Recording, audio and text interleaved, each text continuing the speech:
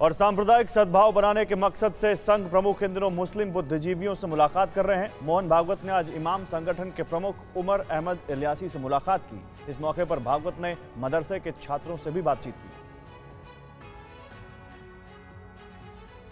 संघ प्रमुख मोहन भागवत पिछले कुछ दिनों से मुस्लिम बुद्धिजीवियों, उलेमाओं और धर्मगुरुओं से मुलाकात कर रहे हैं।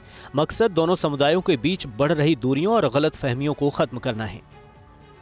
इसी मकसद के साथ आज आरएसएस प्रमुख इमाम संगठन के प्रमुख उमर अहमद इलियासी से मिलने कस्तूरबा गांधी मार्ग पहुंचे। इस मुलाकात में कई मुस्लिम धर्मगुरुओं ने शिरकत की।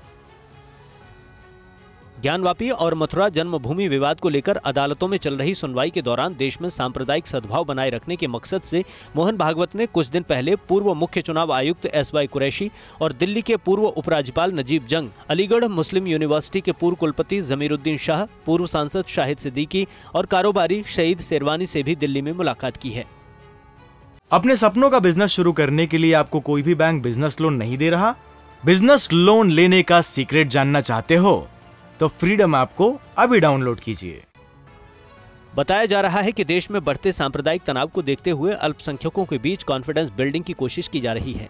इन मुलाकातों में इस बात पर सहमति बनी है कि दोनों समुदायों के बीच सांप्रदायिक सद्भाव और सुलह को मजबूत किए बिना देश प्रगति नहीं कर सकता।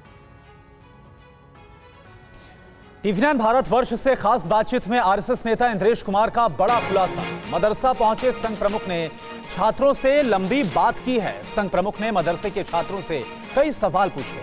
छात्रों से भारत की भौगोलिक स्थिति के बारे में पूछा। छात्रों के साथ भागवत ने मदरसे में नारे लगाए, वंदे मातरम और मादरे वतन जिंदाबाद के नारे लगाए। छात्रों ने बताया मदरसे में इंसानियत सीखने आते हैं।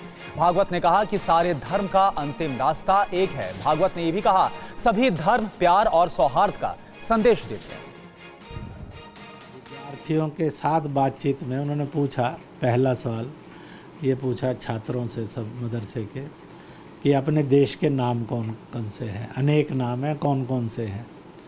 तो भारत, इंडिया, हिंदुस्तान। उनका अभी 3 ठीक है, फिर कभी आगे पूरी सूची को सुनेंगे, चर्चा करेंगे। अभी 3 ठीक है। तो ये उन्होंने बताया। उन्होंने कहा अच्छा अपने चारों तरफ देश की सीमाओं में कौन सी हमारी सीमाएं कौन है? तो एक तरफ उन्होंने प्रोविंस भी गिने भारत के, हिमालय भी बताया, भाई हिमाचल है, उत्तराखंड है, ऐसे सब हैं। तो उधर हिमालय है। दूसरी तरफ जो है केरल है, कर्नाटक है, तमिलनाडु है, तो पर वो उधर सागर है। तो इधर भी है, पाकिस्तान है, उधर बांग्लादेश ही नहीं है, तो म्यांमार अलग और समुद्र है, बे ऑफ बंगाल, अरब सागर, ऐसे बताते बताते ये अपना देश है। तो स्वाभाविक रूप से देश से क्या होना चाहिए? मोहब्बत होनी चाहिए, लगाव होना चाहिए।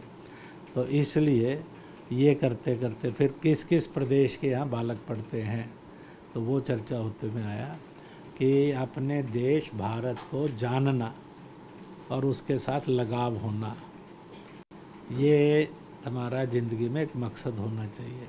और इस प्रकार से ज़िंदगी के इस मकसद की चर्चा उन्होंने उनसे की कि हमने भारत का बनकर रहना और भारत को जानना अच्छी तरह से, ये करना चाहिए।